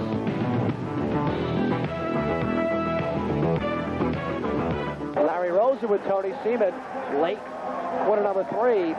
Kevin Bilger giving the Wings a chance to come back from a heavy deficit with some fine goaltending, has yielded only 1 Washington goal in the third period. There, the lovely backhand save off the right side. And really defensively, very good work by the Wings. They are second in the league in goals against average.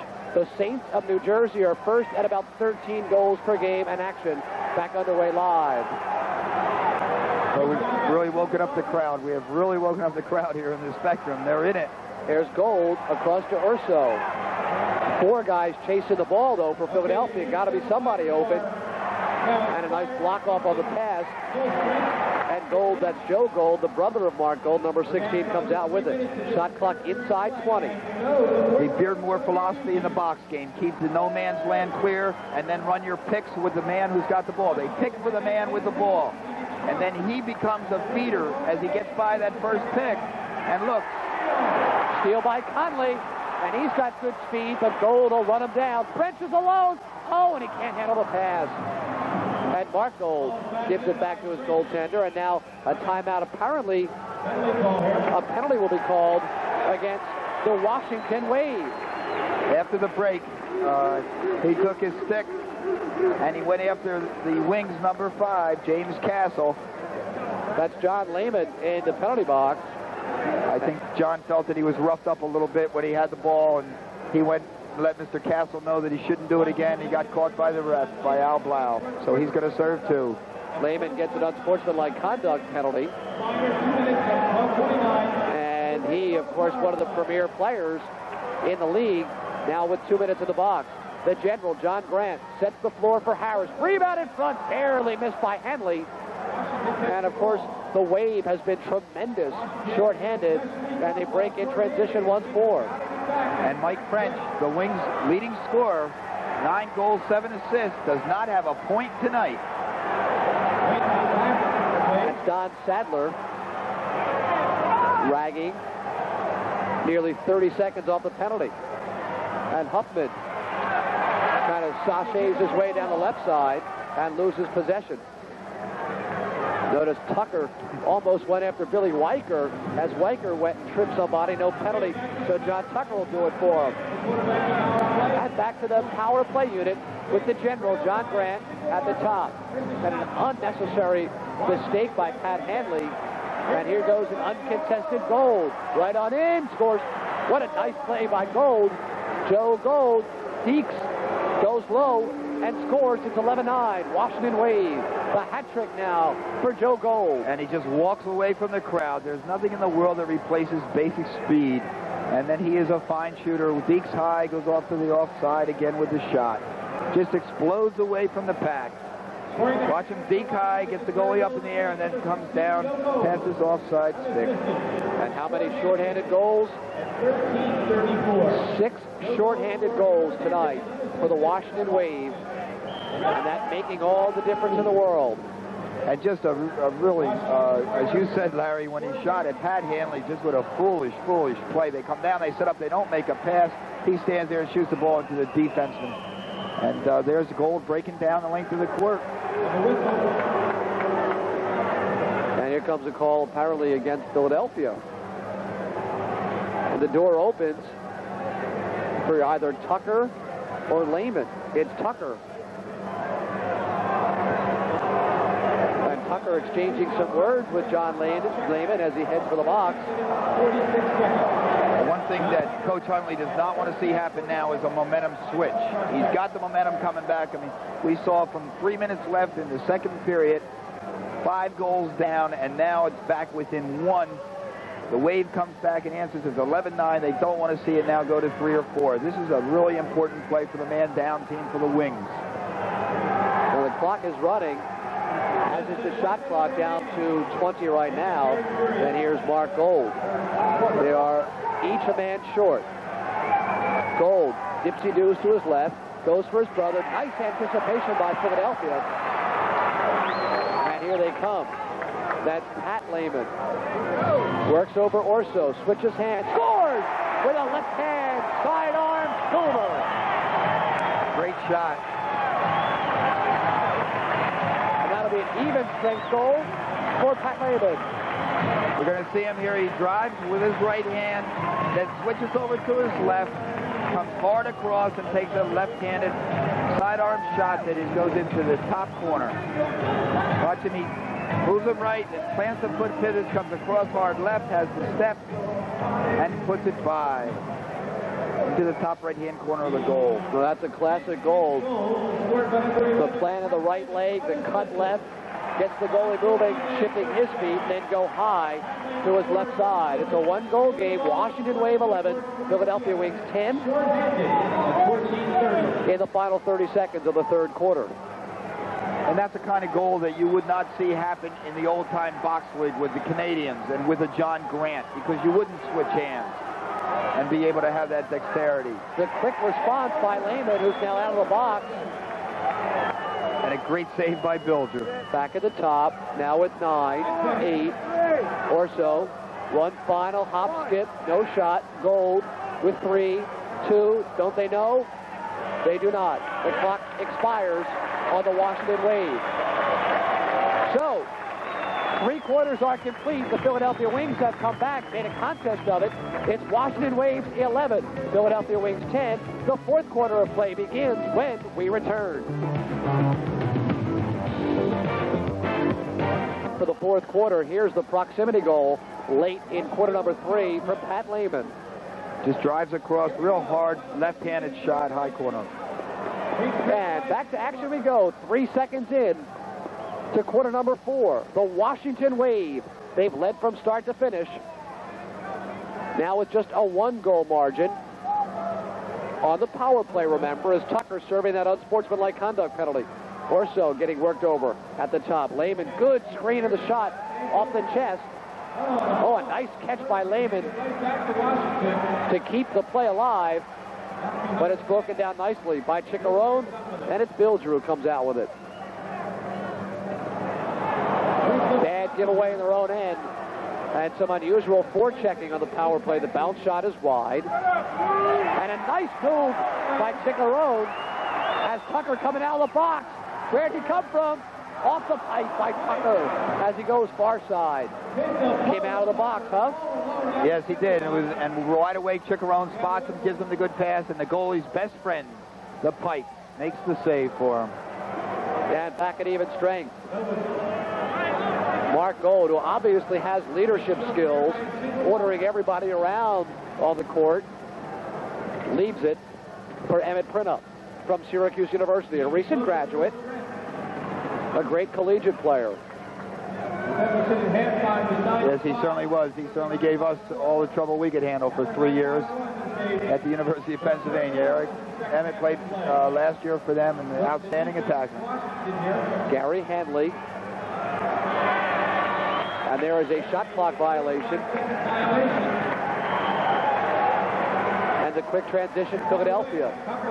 Second 45-second violation.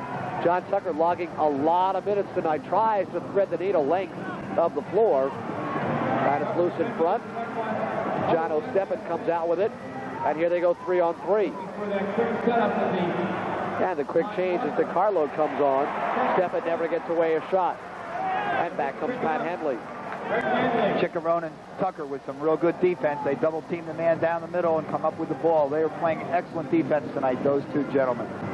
And Paul French waits for his unit, which of course has his brother Mike, who is 0-0 tonight. No point for Mike French. That's unusual for him in a lacrosse game. And Gary Hanley's been checking him most of the evening. French tries to spin. The backhand, got some mustard on it, and his own rebound is fired wide. Paul comes out with it. He's alone in front. He scores. There was Paul French. A lovely feed from Pat Henley, and suddenly it's tied. That puts them right back in it, and the Spectrum comes alive here on a great shot. Great movement by Paul French. We're going to see it on the replay. Off the board. Studies behind the back. There's Paul French all alone, and he puts it by. Got to be a defensive breakdown of some variety for him to be that alone, that close to the goaltender. You know, as a defenseman, you tend to follow the ball, and it goes into the corner. You lose sight of your man. They pick it up, and then you go, my God, where is he? And the man with the ball found him before the defenseman got to him. That is a hat trick now tonight for Paul French. He has 8 on the season, has attempted the most shots on the squad, coming in with 25. And they're cheering at the Eagle's Eye Lacrosse Club in suburban Philadelphia, where Paul is a member. And we're tied at 11. Chickarone with a full head of steam. As French tries to go low by the left foot. And it's picked up by Scott Growney. Another over-the-shoulder pass for J.R. Castle. As we reach the 12-minute mark, that shot's wide and heading for row 9. It'll be a clean in for the Wave. And here they come on the fly. Good defense that time. They got back very strongly, the Wings did. The Wings are in the game now. They know it. First time tied tonight since the opening face-off. And that's Matt McGeady. Gets a screen, goes back to him. Same set play they've used so often tonight. The old ticket go. DeCarlo was the receiver, and he fired it wide. That's right, Larry. That's their philosophy. Go pick for the man with the ball, and then as soon as you set the pick, roll to the goal. It's the oldest basketball play there is. It works so well. Shot clock in single digits. DeCarlo goes low, filter handles, and his outlet is short, and a new shot clock. Tucker length of the floor for Pat Lehman. The trailer is Hanley. The shot is wide. Pat Hanley has a man breaking. John Conley has to retreat back to the red line and come up with it. Fires it off the elbow. A lot of mustard on that one. Plenty of velocity for the little guy. But it's handled by Bruce Winan. Winan with a real nice elbow save. Boy, that'll feel good tomorrow morning. And it did indeed go up the goaltender, and thus the face-off to our left. 10,088. And the official attendance tonight, 10,088. So Philadelphia now has the first and second largest crowds in the Eagle League with 14,100 plus a couple of weeks ago. Now 10,088 tonight.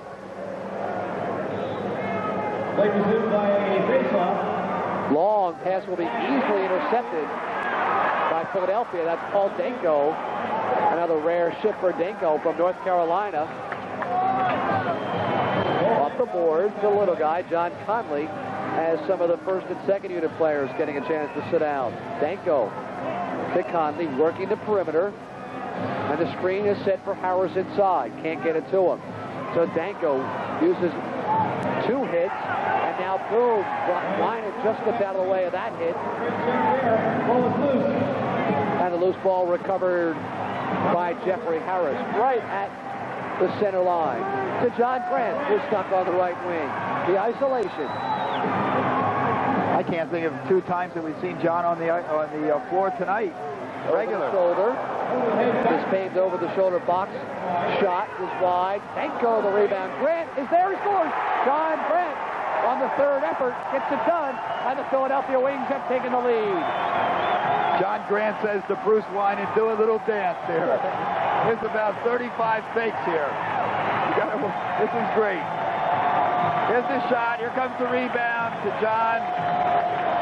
1, 2, 3, and then he puts it away. He has Winan doing a dance. Watch him out front here. There's 1, there's 2, there's 3, and then he puts away on the inside pipe.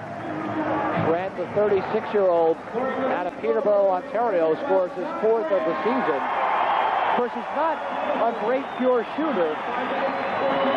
No, he's not, but boy, he sure has got the moves, and if he's in close like that, the goalie's at his mercy. And from the time Washington led 9-3 late in the second quarter, the Wave has been outscored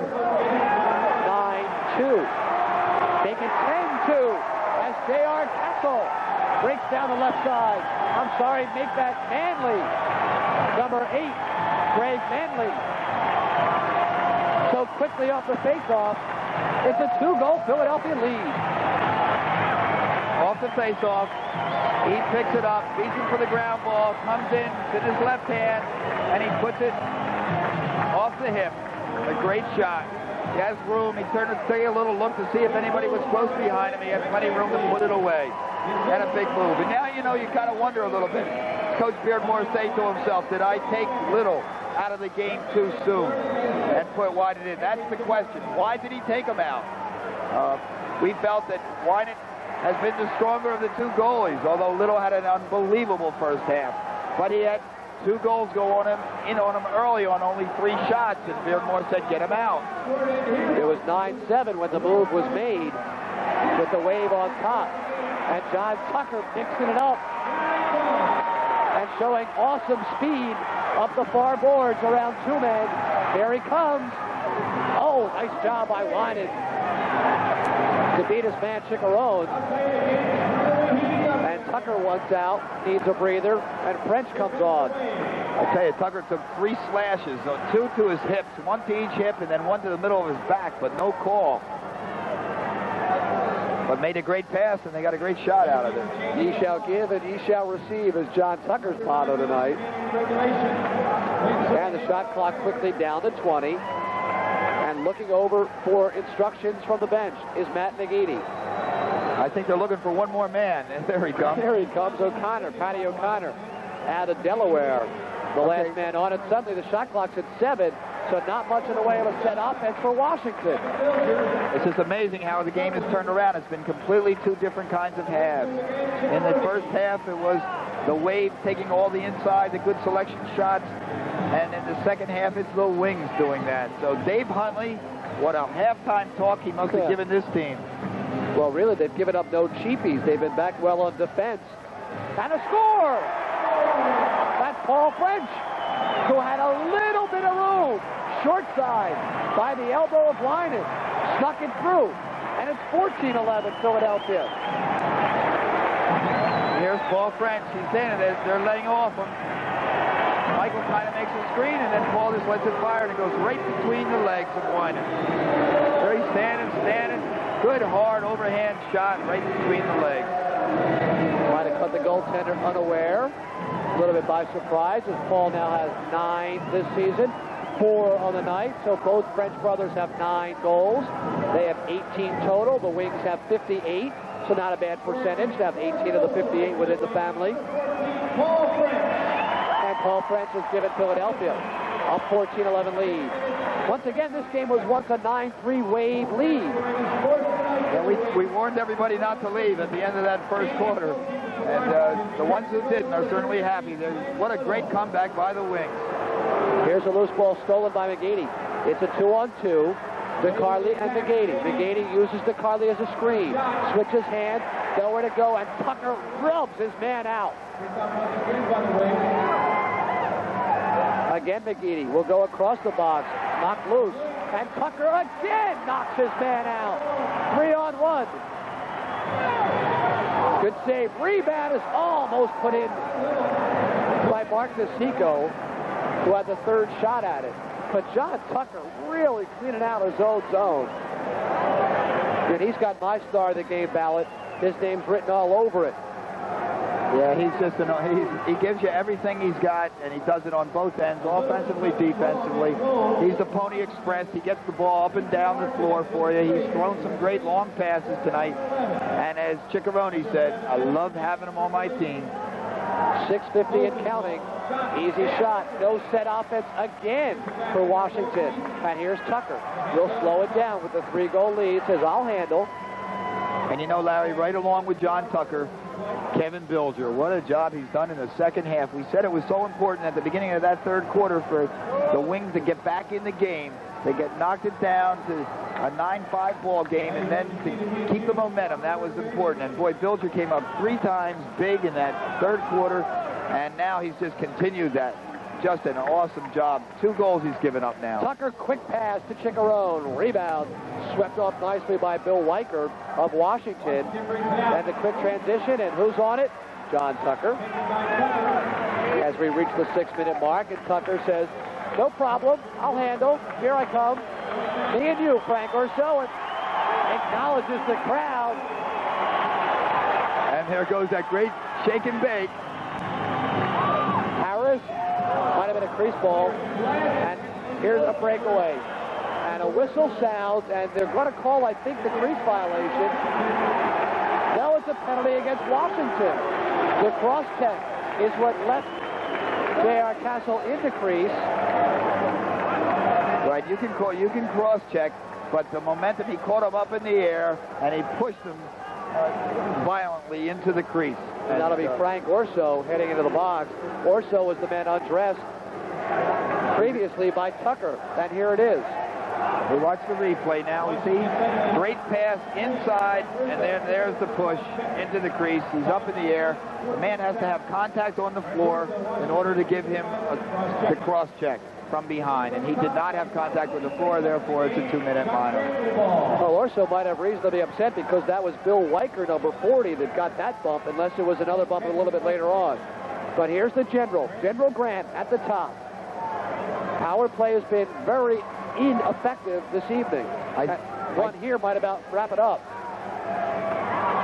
Nice save by Winan. Off the quick shot from Hanley. And Washington has scored 6 shorthanded goals. French drills this man twice, shakes the ball free. Kicked at by Huffman. Good job by Huffman. Again, Huffman's still on it. One of the slowest 360s you'll ever see, but he gets rid of it. Great job by Huffman. A great job there. Just a lot of intestinal fortitude. He kept going. He took a lot of hits. It was him against 3 Wings the whole way through. But once again, the Wings come out. That's not a bad thing for the Wings because they've kept control of the ball and there's no score against it, and they got a 3-goal lead. I was just going to say to you that I wouldn't be surprised to see Huntley tell him to slow it down and go for the perfect shot. Really spread it out. Let the Wave try to make the big area here. They need the ball. Grant walks in. The rebound is nicely handled by Winan. Another rebound from Hanley. Oh, and looks like a penalty is going to be called. No, a crease violation. As French says he was nailed by Weicker into the goaltender. And the goaltender, Bruce Winan, flat on his face just to the right of his goal. We either have an Academy Award here by Winan, or he really is hurt. He went down like a wall went down. And they get some first aid from behind the net. Here's the action in front. French was indeed hammered, so you can't blame French, and I can't imagine Winan will get the crowd's wrath. I'll tell you, that's he might be right up there with Paul Newman for the Academy Awards this year. That's tough. Greg Louganis, a 2.9 degree of difficulty as Winan needs the breather. Is that Glenn Little that's back out there? That is indeed Glenn Little, number 33. They stuck him back in there on us. And it's Little showing the Academy Award performance, trying to catch his breath. So after the goal that put the Wings 2 goals ahead, they made a goalie change again. So Coach Beardmore has used his 2 goalies now. And this gives the Wings and Wave players, the better players, a chance to catch a breather with only 4:24 remaining. Not a bad idea by Little when you really think about it. He sees that the Wings man is in the crease. You got to get the referee's attention that he's there, so he takes the dive, and immediately the ref sees French, and French gets the call of interference. It's Wave ball. And the whole thing set up by Kevin Forrester of Washington, nailing French into the crease area. And we're back. Still shorthanded, though, is Washington. We'll see the double team now, as Tucker will be the man in. Gold just avoids a very difficult spot where the glass meets the boards. Almost got himself drilled. Chicharone checking. Good line pass. The shot is off the pipe. They wanted a goal. It looked like it hit hard off the pipe. May have stuck underneath. And screaming for a goal is Jimmy Hutzcap, who took the shot. But goal light did not come on. And they are regular NHL goal judges who we see routinely when the Flyers are here at the Spectrum. And the light did not come on. Tucker loses his footing, but smartly gets it to French. Let's call that old turf snake. Just comes out there. There's shot to score, J.R. Castle. Great move by Castle. Castle with some fine individual skills. And funny how the call by Tucker kind of threw the whole thing out of kilter and left the man wide open. It is. He beats his man one-on-one, as you'll see, and you won't see anybody slide. Nobody comes to help out, and there he is on the goalie. He puts a nice shot past the hip of Little. And boy, it's a different Little than we saw in the first half. Cooled off considerably. Well, he sure has. And back at even strength. Again, it is a 12-2 run for Philadelphia since the Wave led 9-3 late in the second quarter. And what's key the run? Well, I think one of the things is I think that the Wings have seen that the Wave is not sliding well on the... Well, we'll pick that up when we come right back. The Wave has taken a timeout, a break in the action.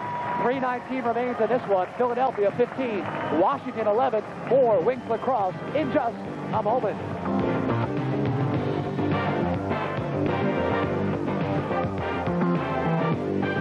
Tony Seaman here at the Spectrum. Remember, the final Wings home regular season game will be on the 21st of February against the Baltimore Thunder. And the Wings have come from out of nowhere to build a 4-goal lead, obviously, and by far their biggest lead of the night in the final 3.5 minutes. I think what's really been noticeable, Larry, here in the second half is that the Wings have discovered that the Wave does not back up well with the second and third defensive player, and that if you can beat their first player and spread it out, their slide is very poor to get over there and help out. And they've been able to get a lot better shot selection, and that's really brought them back into this ball game. And that reaches the bench of the Saints.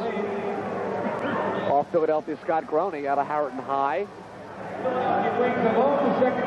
And a loose ball picked up easily. There's a breaker. If they can see Castle, he's still ahead of the pack.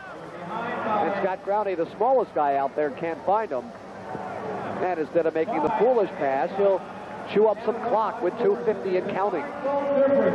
You know, you get spoiled. You watch these players with their great skills with these sticks, and you don't realize how everybody has to work on theirs, not only to practice, but you have to have your stick so that it's throwing the way you want it to throw and shoot the way you want it to shoot. Oh, there's a backhand shot by Lehman, which goes wide. And now there are 5 players behind the net. And a fresh 45 for Philadelphia as Castle is at the top. And Huntley says, pull it on out. James Castle has had an excellent fourth quarter here for the Wings. Very, very good. Hometown boy is really coming through. Castle gets a screen, and they can't come back in the Wave without possession. And we are now inside 2 minutes. Nice fake. Lehman's shot is just wide, and here they come. And this is a key trip, obviously, for Washington. It looks like Little coming out of his net. With 1:50 remaining, no, he stops at the top of the box, and he'll wait for a clearer setup. Here's Joe Gold. Last week, Jersey brought their goalie out with more than 6 minutes left in the game and tried to go with that extra attacker. Let's see what Buddy Beardmore's philosophy is going to be here. Oh, the loose ball can't be scooped up by Manley. Now he's got it. Tucker's alone. Seal it up, John. No, just wide with 1:25 remaining. Could have been a nice crowning moment for John Tucker, who's had an outstanding night start to finish for Philadelphia. He was there when they were trailing, and he's helped them take the lead. Gold along the floor. The short hop shot is wide with 1:10 remaining. There's Lindsay at the top. They pulled the goalie. They now have 6 against 5. And what do you try to do with that extra man? Well, you probably use him as a picker. Go out, or there he is. Mark Gold. What they did with him was they put him behind the goal, let everybody else in front, and then he came around and received the pass. With 57 seconds remaining, this Mark Gold goal. And there he comes from behind, gets it right in the middle. Everybody's playing man-to-man, so nobody has him. And a great reverse, nice reverse pivot by Gold, who accepts and fires. Right, and a very nice shot. His second of the game for Mark Gold, his 6th of the season, and 57 seconds remain. And last week against the Saints, their philosophy was to use the 6th man as a picker on the guy who had the ball and let him go. And Beardmore's philosophy with the wave is to bring the man from behind, where no one knows that he's there, and hit him with the open pass. Ciccarone will drill Little, but that may catch him out of position. Big Little trying to get off the floor in a hurry for the extra attacker. Weicker has a man in front, but the pass is too low for him. DiCarlo, the short hop shot. Weicker rebound. And Bilger holds his ground, and then he's drilled, and John Tucker will not take that, and we've got fisticuffs. Our first show of this type of temper involving Weicker and Dennis Townsend, I believe. It's either Townsend or Harris, 18 or 19. Weicker out of Virginia University.